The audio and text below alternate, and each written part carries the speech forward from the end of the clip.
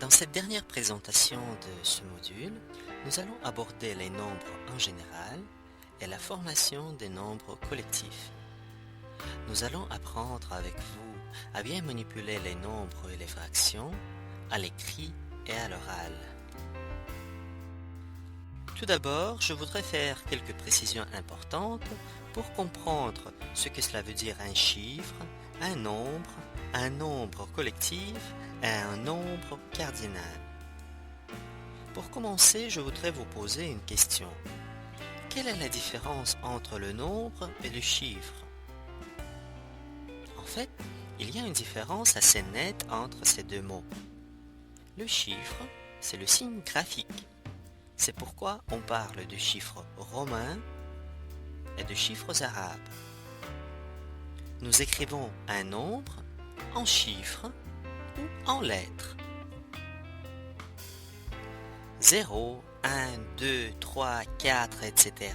En mathématiques, on les appelle des nombres cardinaux. Un nombre collectif est un nombre qui exprime un ensemble, une quantité approximative. Par exemple, une vingtaine, une centaine. Passons maintenant à la formation des nombres collectifs. Pour former un nombre collectif, nous ajoutons un suffixe n à la fin de n'importe quel nombre cardinal. Par exemple, 100, nous ajoutons n, A-I-N-E, et n'oublions pas l'article une centaine. Faites attention au fait que les nombres collectifs sont des noms féminins et nous employons toujours un article indéfini devant eux. Considérons encore un exemple. 12. Notez que le E du nombre disparaît. 12, une douzaine. 10. Le X se change en Z. Nous ajoutons N et un article indéfini une et une dizaine. Une seule exception à cette règle est le nombre 1000 qui se transforme en un millier. Au lieu de N, nous ajoutons IER et ce nom est masculin.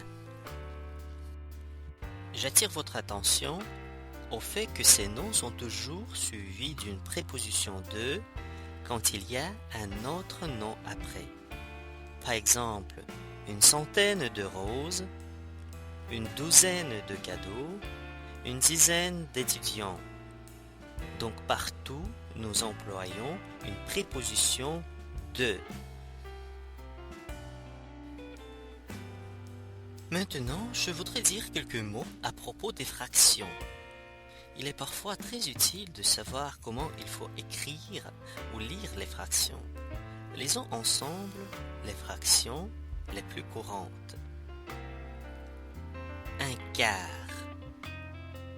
un tiers, un demi ou une demi, deux tiers, trois tiers, deux et quart, 5 et demi.